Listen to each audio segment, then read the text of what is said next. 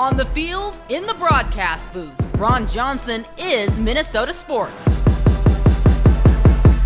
One-of-a-kind opinions, big-name guests, the teams you care about every day. It's the Ron Johnson Show, part of Locked On Sports Minnesota, and it starts now. Welcome to the Ron Johnson Show, and I'm your host, Ron Johnson. I want to thank you guys for joining me today. On today's show, Sam and I, we're gonna jump into this Vikings schedule. Everybody wants to know what's going on. Of course, the NHL, it's a big game. It's late, and Thursday's game is just as late. 8:30 p.m. puck drop is what's been announced. Don't shoot the messenger. And so, as we jump into that, and then later in the week, we're going to have some good guests. We have a possible Adam Thielen sighting, Robert Smith, former Viking. So please stick around all week as we unveil the Vikings schedule. Thursday, we'll have a couple tidbits here and there, but make sure you tune in Friday for not just the schedule, but what Adam Thielen's looking forward to the most with the NFL. But Sam, as I bring Sam Ekstrom in, my producer, as we jump into this Viking schedule, the schedule release leaks are starting to happen. And the NFL this year is deciding, you know what, let's get in front of some of these leaks. We know that our people text Adam Schefter. We know that our people text Ian Rappaport. We know that our people like to text their insiders. Ron Johnson has a couple people to tell him every once in a while. And so when you think about those people, Sam, the NFL is like, you know, screw you guys. We're going to just tell everybody for you. London has already been announced. The Vikings are part of that doubleheader, 3-game series. And that's week 4. And then the Vikings now play a Monday night football game versus the Eagles. There's also some other games. There's a Christmas Sunday this year. There's also a Christmas Monday, day after Christmas Monday. And then there's the Christmas Eve Saturday possibility games. Where the Vikings going to fall in that? I know for me personally, noon on a Christmas, it's not great. It's not bad. I would not mind playing a Sunday night game for that one. I wouldn't mind having the night game for Christmas because then I get to do Christmas all morning with the kids. I mean, I might have to get up early and do a couple pregame hits at 9 a.m., 10 a.m., but then I get to spend the Christmas day with my kids and don't have to head back to the stadium or watch from the studio until 4 or 5 o'clock. So, you know, a noon game, then I just got to get my kids tickets to the game. That's going to be their gift. And my 11-year-old more so than my 7, she doesn't care. My 11-year-old would love to have that as a Christmas gift. So that's the one reason I do kind of hope for a 12 p.m. kickoff for the Vikings on Christmas, because that makes Dad's job easier buying gifts for everybody. He's going to get Vikings tickets. And so I'm going to be on that ticket deal early with the Vikings. And I know the players, usually I get some tickets from players every once in a while. Yeah, it's not happening on Christmas. I know everybody's thinking the same thing. I want to spend Christmas in Minnesota. 1, I get to go to Mall America. 2, I get to go to your game. Grandma, Grandpa, Auntie Titi, Uncle Sam, everybody's coming. But Sam, as we jump into this schedule and you look at, for me personally, London, I wasn't nervous at first. This is the only reason I'm nervous about London. You can feed off the crowd in New Orleans. I think it's a weird, eerie crowd where you can actually feed off of them. Also, the Vikings fans travel well to New Orleans. Not loud enough to disrupt, but the New Orleans Saints don't have a quarterback, and the Vikings do. Yes, we've seen what the New Orleans Saints can do with Taysom Hill. It's okay. Jameis Winston coming off injury. But the Saints don't really have an immediate, like, this is our guy. Like, they don't have a Drew Brees sitting on the roster.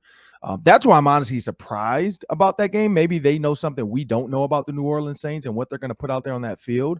Drafting another first-round receiver, maybe that's, maybe they're like, hey, they're going to be, fast-paced, high-flying.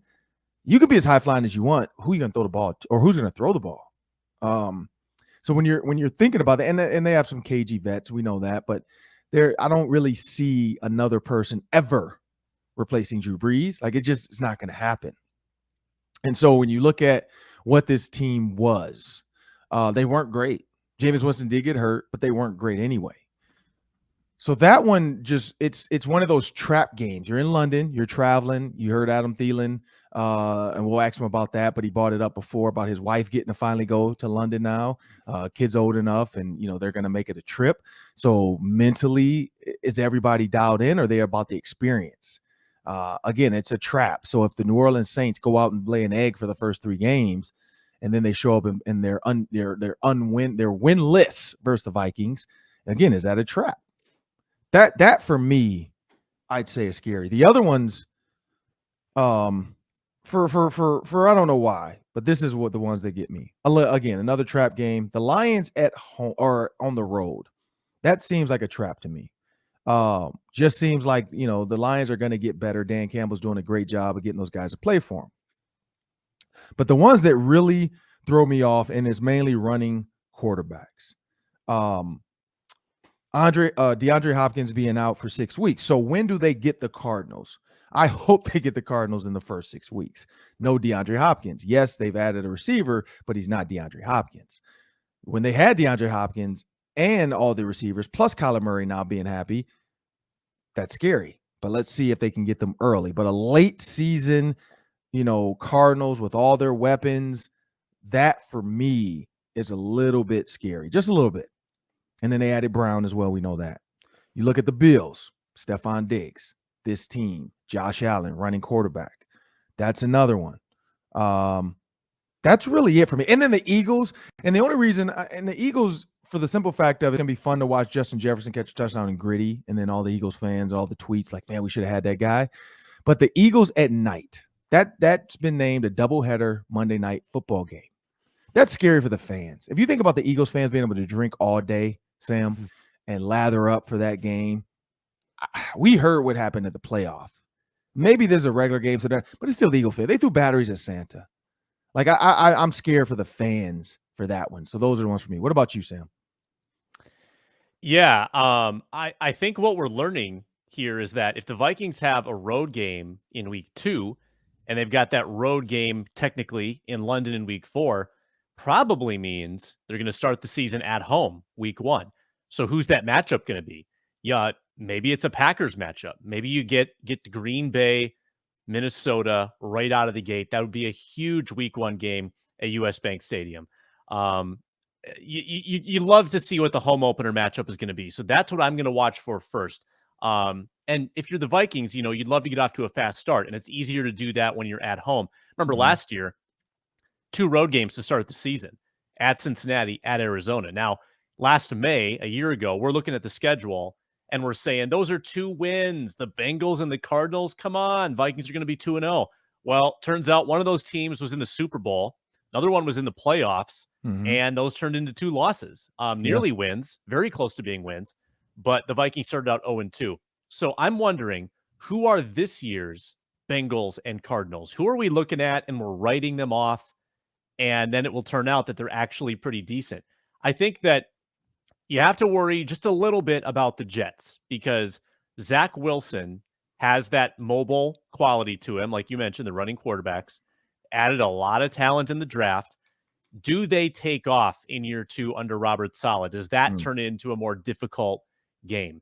And what is Washington going to be with Carson Wentz? I don't think we know that answer yet either. That defense has been scary for a couple of years now. The offense has been lagging behind. Will they put things together in their first year of being the Commanders? So it's those teams that I think people are overlooking that I kind of wonder, well, is this the year where they actually take the next step? Yeah, and I like that. I do. Now I see what you're saying too. Yeah, the fact that they have to go to London week 4, the fact that they have to go on the road Monday night. I do think you're probably right. They probably do get an early home game, and then the fact that it's Monday night, now they're going to get Monday to they win Sunday, they're going to get Monday, Tuesday, Wednesday off because you start your prep Thursday, Friday, Saturday, to travel Sunday and then to play Monday, and then you turn around and you probably give them another home game. In order to get that, same thing. Hey, we're going to give you another home game. And for all we know, sorry, not for all we know, they get an early, home game. So 12 o'clock kickoff. I don't see them giving them a prime time in 2, 3, and 4, back to back to back and then travel. I'd say probably a simple home game as well before they play the Saints in week 4. So the possible home opponents, I'm going to take the Bears, Lions, Packers out. I don't think they're going to play them at game 1 at home. Maybe Packers game 3, though. That could be the Packers game 3 at home before they go play New Orleans. Get that one out the way, because then we know they're probably going to play the Packers when it's freezing cold outside. I do feel like it's kind of like, I mean, do you want Jets Vikings week 1? Probably not. I don't know if that's tantalizing enough. They want Zach Wilson to get going. I don't think they want to put him up against that defense. I can see the Colts. week 1 Vikings. Taylor Lewan just announced he's going to the Colts. Titans, offensive tackle. That's a huge pickup for the Colts.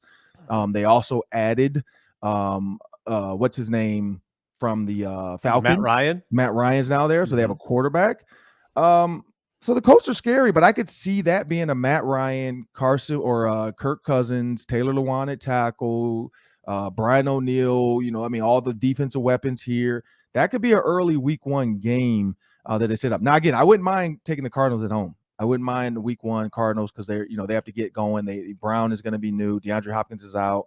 I kind of feel that. Like, I think it's going to be Cardinals or Colts. Like, I think that's the way to go. I think it's Cardinals or Colts. Just for the simple fact of what that could be. And then Packers week 3. That's my guess. As more leaks start to come out and other teams start to leak theirs and we see who they're playing in week 1, that we kind of eliminated from, if the Bears, Lions, and Packers say who they're playing in week 1 all of a sudden, then we know it's not the Vikings. But I don't think they're going to give them a NFC opponent in week 1. But it's exciting. This week. I can't wait for this week to find out my schedule, because then I get to plan my life and let my wife know what days I'm going to have off, what times I'm going to have to leave for the stadium. She's a track coach, so we have to coordinate our schedules. Like today, I'm on all kids by myself. I have to take one kid to gymnastics and then pick her up and run over and get the other kid to softball for her game at 6:15 tonight. So that's football season. Is my time to put all the crap on the calendar to scare my wife to death and be like, okay, here we go. I know I'm not going to see you for these, this 17 weeks on these days, but it's exciting time. This is when everybody, like you said, we don't know who's going to be in the Super Bowl. Nobody put the Bengals in the Super Bowl.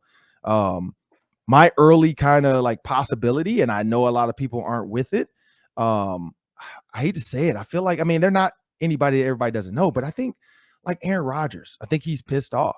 But I just don't know. Honestly, the Las Vegas Raiders, you had Devontae Adams. You already had a team that was in the playoffs. They had a weapon now. We don't play them, but it could be the Las Vegas Raiders. They could be a team where you're looking like, man, this might be the team in the Super Bowl. Opportunity, at least. But when we come back, we're going to talk a little bit more about the NFL. What's going on? Who's moving? Is there a change at Fox? Coming up next, me and Sam are going to break that down for you.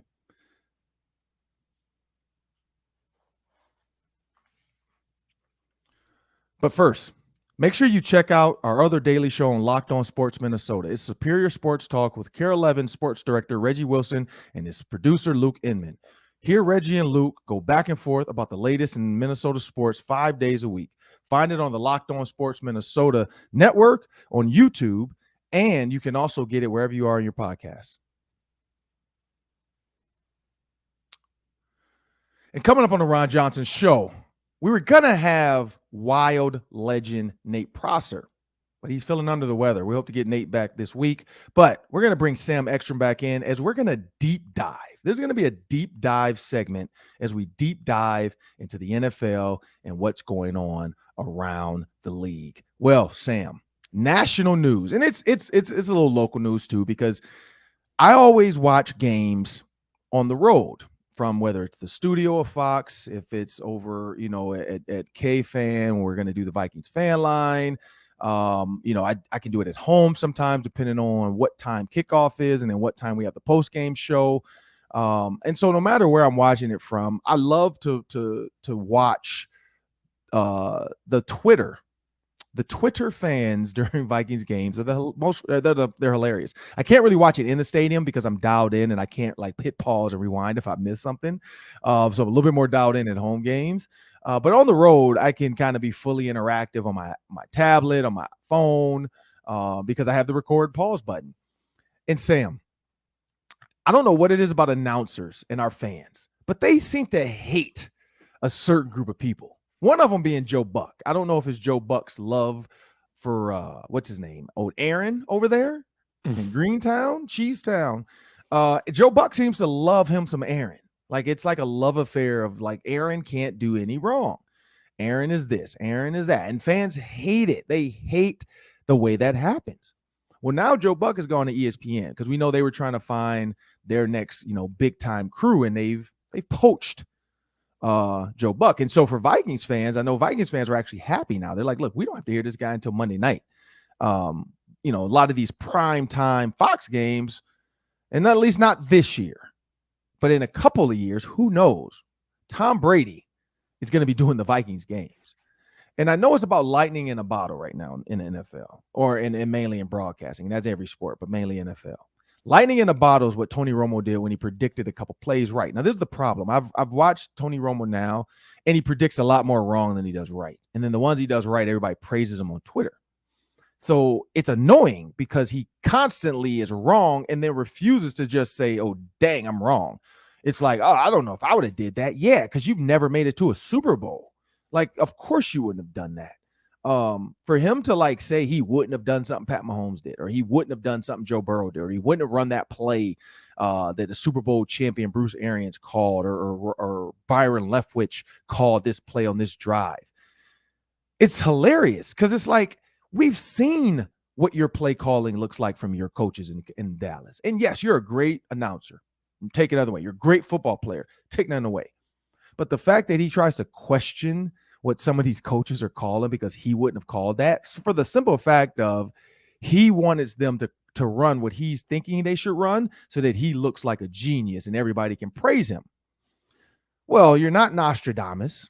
You're not, an all-foreseen prophet. You're not, one of Jesus's disciples on a hill. You are Tony Romo, Anthony D'Angelo Russell. Romo. I don't know if that's his middle names, but I'm just going to give D'Angelo Russell. D'Angelo Russell. Yeah, see, it's Anthony D'Angelo Russell Romo. His parents loved D'Angelo Russell before he was even born. Big D-Lo fans. Big D-Lo fans. And so when you think about that, now they've added Tom Brady. When he retires, Tom Brady said, I'm going into the booth. Now, of course, Twitter jumps right on that. Is it Giselle? What in the heck is she doing? Like, she's a Victoria's Secret model. Every man in the world would say, when I retire, I'm going home to that. I'm not leaving to go sit in a booth and watch a bunch of sweaty men hit each other. I'm going to sit at home with my wife, lay on the couch, enjoy my kids. I'm a millionaire. I have businesses. But this is where I go with this, Sam. And this is serious. I'm going to be serious for a minute. When you look at NFL players and what happens, so everybody puts it on CTE. I don't think everything is CTE. Now, my dad passed away a couple years ago, and we had his brain examined because we wanted to know. He got denied in the original concussion claim because the baseline tests for African Americans were deemed lower than the baseline of a white man. And so they were saying, no, these guys already weren't that smart. So why are we going to give them money? And so when you think about that, Sam, and so my dad's brain, he had a grade 3 CT. There's only 4. So he was grade 3. Also, they said it could have been 4, but because of the Michigan system of how you show up with a medical examiner, it took them 2 to 3 hours to get to my dad's house to get his body. And so, not to relive that, but just to sit there and deal with that crap. But then I go back to my dad and what gave him joy. My dad had so much joy when he would come visit me in Minnesota, when I would get him out to Gophers games. I don't think I ever got to take him to a Vikings game, and I'm kind of pissed off at that. Like, I wish, he was, stable enough at that time to make those travels, and my mom would do it. But I know he's, enjoying seeing all my, his grandkids get to do it. But, when you look at that, guys walk away from the game all the time, and people talk about depression because you're not in the locker room. You don't have your teammates around. I watch Reggie Wayne, for instance. I'll never forget being a coach, and I'm going to try to get Reggie Wayne on the show to talk about this. When I was a coach, I had Reggie Wayne, Marvin Harrison, Roy Hall, Pierre Garçon, and Joseph Adai was the running back at LSU. And I remember walking through the halls. It had to be, I don't know what time, 9 in the morning, and we're going to breakfast, I think. And I'm sitting down, me and Frank Wright. Frank Wright at the time was a quarterbacks coach. And me and Frank Wright are sitting down to have lunch, and Chuck, or I think it was Chuck Winters. But Winters was his last. Frank Winters, lineman for the Packers. He was there as well as offensive assistant. And so we're sitting down eating, and so Joseph Adai and Reggie, and they're purposely doing this. You know how you do. You talk loud so that the person you're talking about can hear you, and they're talking loud in the lunchroom like, man, I don't think I ever would come back and coach. Like, man, I can't believe he's doing that. And I know they're talking about me, and so then Reggie comes over and is like, Ron, man, you just didn't want to stay away? And I'm like, look, man, one, I didn't play. I'm not, like these guys were already deep into their career. I didn't play 9 years. I can't just sit back and do nothing. I only played about 3 or 4. So I need the money, one. 2, I enjoy sports, which is why I'm doing this, why I do, pregame shows, why I do games, play-by-play. I love this. And I know when I'm my happiest is during football season. That's when I'm super excited. My wife can never hear no from me. Like I'm willing to do anything during football season. I'm just a ball of joy. In the off season, I know it can get to me a little bit because I'm away from the game. And I think that's where Tom Brady's at. I don't think this is about money. I truly believe this is about just being connected to the game. Still, look at Peyton Manning. He's still connected. Him and Eli. They're doing Monday night games. Different format. They're not traveling. They're not, asked to do every single game, but they're there. They're doing those games. You look at all these former players now getting in the booth. Ryan Clark. You got Dan Orlovsky. You got Marcus Spears. Look at some guys' social media when they're not doing their sport. Look at some guys' social media who are away from the game and how they want to be connected so bad again. That's what I'm learning, man. It's about being connected. Guys want to be connected. Guys don't want to just walk away from the sport. So for people that think it's about Giselle and his kids and they're making all these jokes, that has nothing to do with them. Yes. It's probably, for the Joe Blow average person who's never played the sport, never been a high level athlete. And then you see Giselle, you're like, man, I'm staying home. But that's the same reason why you would stay home and not go work out. That's why you wouldn't have 7 Super Bowls because Tom Brady has the discipline to be like, look, I love her. She knows I love her, but I gotta look out for me. I gotta look out for my family by providing and going out and winning and getting more checks and getting more, contracts. And so that's the difference in a high level athlete and Tom Brady and a high level competitor. And that's where I think this Fox, deal is coming from. 1, they need to replace Joe Buck eventually. 2, they want to catch lightning in a bottle like CBS did with Tony Romo. And I think Brady can do it because he knows how to decipher offenses. He's seen every single team. I think he's beaten every team. Like he's beaten all 32 or 31 32 teams because he left and then he beat his own team. So he's the only guy to ever beat all 32 teams. Nobody will ever do that again. I don't think as quarterback. But that's where I think this lies. I think this lies with just not wanting to be disconnected from the sport, Sam. I don't know. What do you think? Well, it helps too that some of these analyst contracts like Romo and Aikman, huge, $15-20 million a year. Yeah. That's a game changer when you have the opportunity to get that. And, every network would be thrilled to have Tom Brady. Tom Brady probably sat back the last couple of years and saw this happen and just knew that it's hard to do anything more lucrative than that for less work. He's not working 40 hours a week. Correct. Doing that. He's doing his research, sure, but he's probably doing that from the comfort of his home and he gets to, fly out on Saturday, call a game Sunday, and then come home. It's a great gig for him. My question to you, Ron, real quickly, having done this, having gone from the field to the broadcast booth, you've done color commentary. What's the biggest challenge that you think he's going to face or that you faced when you made that move? So I'll say early on, I did the Big Ten Network back in 2009, I think 2010, right after I got done coaching with the Colts. So I had to be like 10, maybe. Early on, the tough thing was not saying dumb stuff just to talk. Like not just trying to I'll never forget, and this is gonna always be burned in my brain because that's why I do so much research now. And people joke about all the numbers and stats and people I know and the time I take to research. I tried to tell a story about Aurelius Bidd, the receiver from Illinois. And I was doing the Illinois Gopher game in Minnesota. That was the one that sticks out. And I remember Aurelius Bidd, like his name was Juice. Oh no, sorry, his nickname was Regis. And I had no idea why it was Regis. It was like Rejus, Regis. No idea why that was his nickname. But my dumb butt, I don't know. I still to this day don't remember what story I told, but it had nothing to do because when I Googled it later, like at the commercial break, I was like, why the hell did I just make that story up? Because that is not why they call him that. But like it popped up because it was on like the thing that said Aurelius Regis Bidd. And so when I saw the Regis, I don't know why. Like, I was like, they call him Regis because And I don't know what I said, but I was just like, I Googled why they call him that. And even the reason was super dumb. Like people, I hate when people give people dumb nicknames that don't have anything to do with anything. But when I saw it, I was like, why did I make that up? Now, the good thing was it was before Twitter. So nobody could make fun of me. Nobody could post a video and say, this guy's an idiot. What is he talking about? That is not why they call him that. So yeah, but I will say that. Do your research about any backstories you want to talk about, whether it's a guy's getting his master's degree, guy graduated early, guy's girlfriend is a Dancing with the Stars alumni. That's the early issues. After that, man, it's like I did like a couple Nevada games last year, Nevada versus New Mexico, blah, blah. After that, it gets fun. Like I even did the whole prediction thing myself, but I only did like 3 times. I wasn't going to sit there and Romo that thing the whole game, but I did do a couple because people were tweeting from Nevada fans. That was the best thing to see, people tweeting like, man, who is this guy in the booth? Man, like I can't believe he knows our plays. And honestly, some of their stuff was super easy. I mean, they put a 6'6" tight end out to the left and put 4 receivers to the right. I'm like, they're going left. Like the guy is man-to-man with a freaking linebacker, and he's a former receiver. I'm like, they're going to him. And they threw it to him 3 straight times before he caught one for a touchdown. But, I just kind of said that. I said, look at the motion. I was like, oh, yep, they're going fade tight end. And they did it. And then they did it again and did it again. I'm like, yep, they're going back to the fade with the tight end. That's all I think I called that, and I called one up the seam because I saw Romeo Doubs motion across. I'm like, oh yeah, he's gonna run through the seam, and if he doesn't get carried by the linebacker, Carson Strong has a strong enough arm to gun it in there, and he did it, and Romeo Doubs took it to the house. That was the 2 times I did it. Other than that, I didn't try to do it because I hate when I hear it and they're wrong.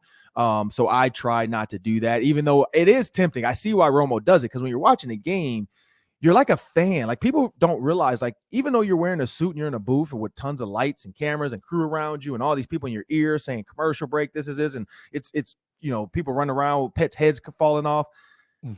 It's you're still a fan. So you're watching the game like, oh, like big hits. You're like, oh, like you have to make sure your mic is off. Sometimes it's not. And you're in this game. And so like, yeah, you want to call out as a guy like myself that loves offense, like you want to call it out like, oh, here it comes bubble screen. And Romo does it, and 9 times out of 10, he's wrong. So, but he gets praised for that one time he gets it right, and then we see it all over Twitter for the next week, and he's the greatest thing ever, and people love him, and then some people hate him.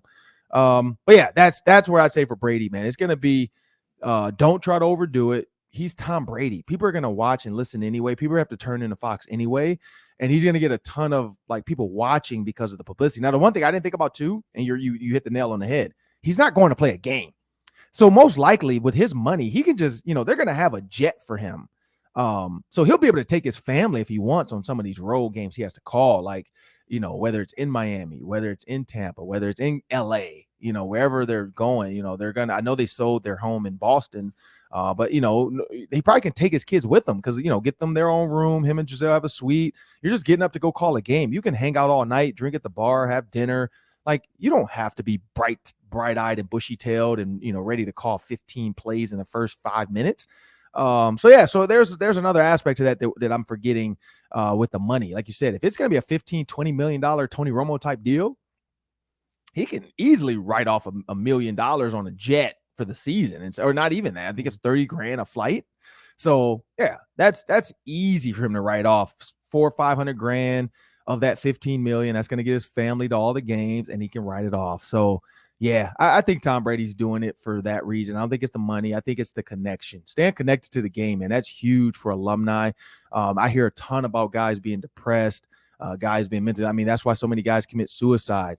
When you look at the Pittsburgh Steelers, my dad's teammates, you got Mike Webster living under a highway, all that kind of stuff, man. So it's real. It's mental health. I don't think it's so much of CTE, more so than just mental health of being disconnected from the guys you had. And Tom Brady doesn't want to lose that connection.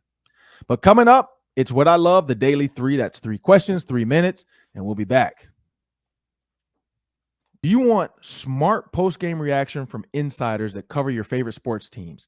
Well, check out our Locked On Sports Minnesota podcast on YouTube or wherever you get your podcasts. Get instant reactions from our Locked On team hosts with prominent reporters like Kevin Gordon for the Wild, Brandon Warren for the Twins, and Chalanga Legason for the Timberwolves. There's no fluff in this. There's just 10 minutes of straight analysis, straight hot fire analysis after each game. Subscribe to Locked On Sports Minnesota on YouTube and never miss a podcast. Well, It's that time of the day. The Ron Johnson Show is going to bring you the Daily 3. Well, I wore number 3, so that's why I love this segment. That's 3 questions, 3 minutes each. Take it away, Sam. We didn't get a chance to hear from Nate Prosser, hopefully later in the week, but we will talk about this wild Game 5 tonight. Ron, what is your official prediction? I want a score, and I want the MVP of the game tonight, whatever that means to you. Blues player, Wild player. Let's get some prognostications. Make a Romo prediction. Well, they're going to be at home, so I think they're going to bring the juice. I was there. I was able to witness it. I wish I can go tonight. For those that are wondering, I am not able to. Now, again, it might be a last minute, like, whoa, I pulled a rabbit out of my hat. But my daughter has a softball game that doesn't start. Her second game won't start till like 6:15 or I think 7:30, and then 7:30 to like 9. So dumb. But that's kind of the schedule we're in right now. Hopefully we can 10-run rule them in the first game and get the second game started earlier. But hey, that's the schedule they set. So my daughter's older now, so we're playing by the older kids' schedule. So that's our so not getting home till 9:30. After a 9 o'clock finish, getting the kids in bed and shower, calling a sitter, like, I'll just have to catch it. I'll catch the early game on my phone during her game. Between innings, I'll be able to watch that. And then, I'll check it out. But this is my prediction. I think the Wild win 4-2. I think Kirill Kaprizov, along with Fleury. If Fleury is between the pipes, that's going to be your 2 MVPs. I think Kirill is primed. He already had a hat trick. He already loves the home ice. The fans are behind him. Now, the Blues know he had a hat trick, so that's the problem. There's going to be some added focus to this. The Wild know they got out physicaled in that Game 3. They still lost in Game 4. They kind of, just skated, as Brandon Molesky brought up with us on Monday. So when you look at the way that, the team is going to possibly play, I think that's Fiala has to stay on the ice. They have to stay out of the box, but I think 4-2. Every game has been 3 or more goals so far. I think this one gets a little closer, a little bit more of a nail biter, maybe 3-2, and then there's going to be maybe a empty netter to go 4-2 because they're trying to press the issue to score that, that tying goal to force it in overtime. Please no overtime. I don't have time to be up for 60 more minutes because they're in triple overtime and they just can't score. These guys are bent over. The good thing we know, though, is Kirill Kaprizov has lungs like a fish. And so, I'm going to have to keep my eye on that. The double duty shifts he might have to do tonight. The fact that he's not going to come off maybe with his line mates because he's in better shape. He's younger. He skates, he can skate in a minute, 30 seconds, unlike some guys at 45 seconds and they're killed over.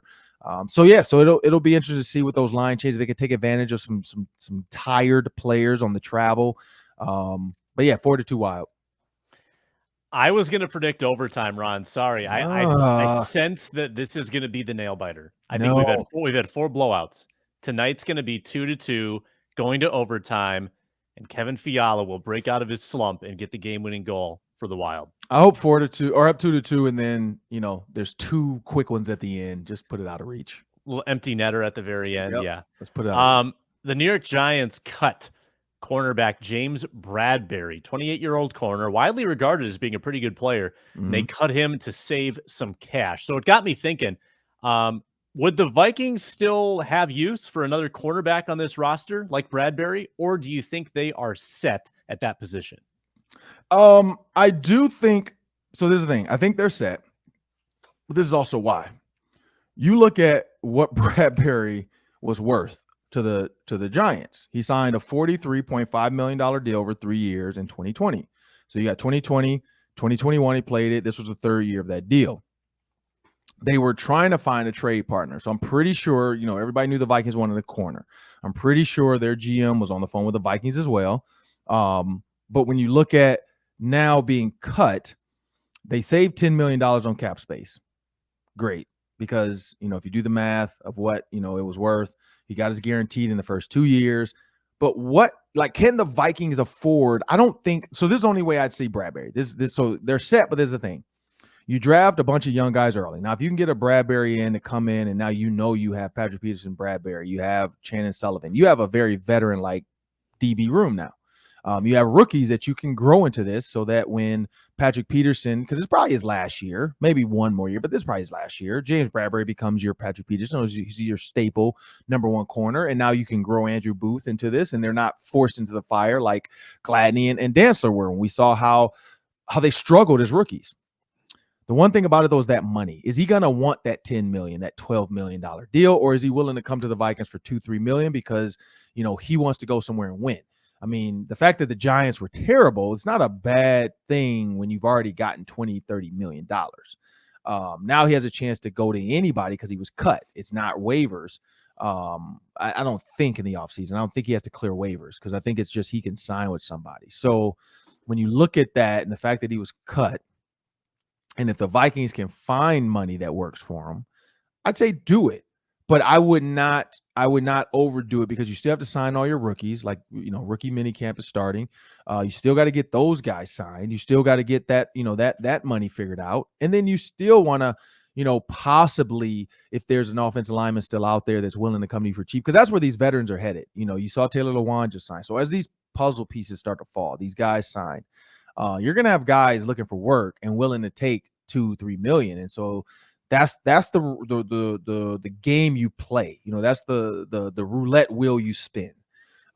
Where's that ball going to fall? Is it going to fall in the money you want, or you rather, go to a team? If I'm Bradbury and I get a call from, let's just say, like the Jets, and then I also get a call from the Vikings, and the dollars are similar, but the Vikings are less.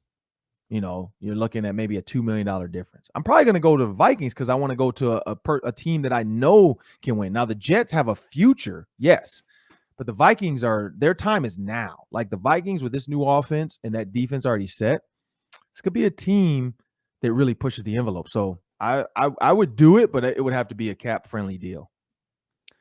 Yeah, I mean, it was about a month from now last year in June when the Vikings signed Bashaud Breeland. And I think Bradbury's, better player than Breeland, but that's kind of the same circumstance. Breeland wanted to get paid more. He felt like he deserved it. He was part of that Chiefs defense that made the Super Bowl a couple times, and the money just wasn't there. Teams didn't have it.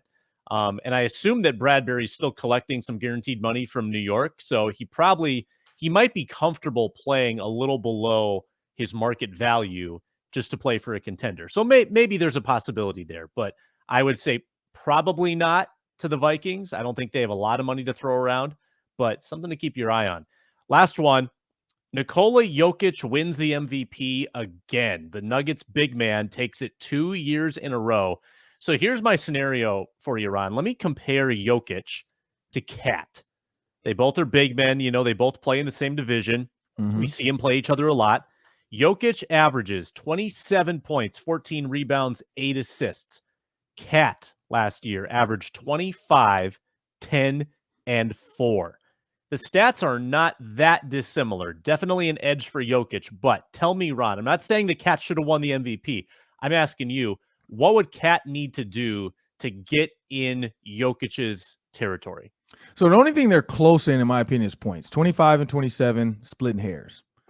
But the 4 to 8 assists, he doubled him in assists. That's a huge difference. Now, this is the reason why. If you look at where Jokic plays and where he's comfortable playing, karl-Anthony Towns can shoot, so he can play up there as well. But Jokic lives up there. Like, he's a passer. They I think they try to say he's one of the best passing big men. So instead of karl-Anthony Towns trying to own this, like, I'm the best shooting big man in NBA history, just be the best player. Like, be the overall player. Like, pass the ball more. He has to get his vision. So when you think about the double teams that start coming late in the playoffs, he has to be able to see that open guy. And so, like, I equate it to pickup basketball. When I played pickup basketball yesterday, same thing was happening. As the game got tighter, guys started trying to double team me. We were setting picks. Guys don't want to leave me alone. I was finding the open guy. Now, whether they were making a layup or not, that's not my problem. But I was finding the open guy. Every time I had a double team, I'm trying to look underneath the basket. I'm kicking it out to the shooter. karl-Anthony Towns has to work on that, like the vision. And the vision is just being able to scan the room like RoboCop. And, the minute you feel green, go. You can't hesitate and, like, reevaluate. Like, oh, is that green? Is he open? You just go.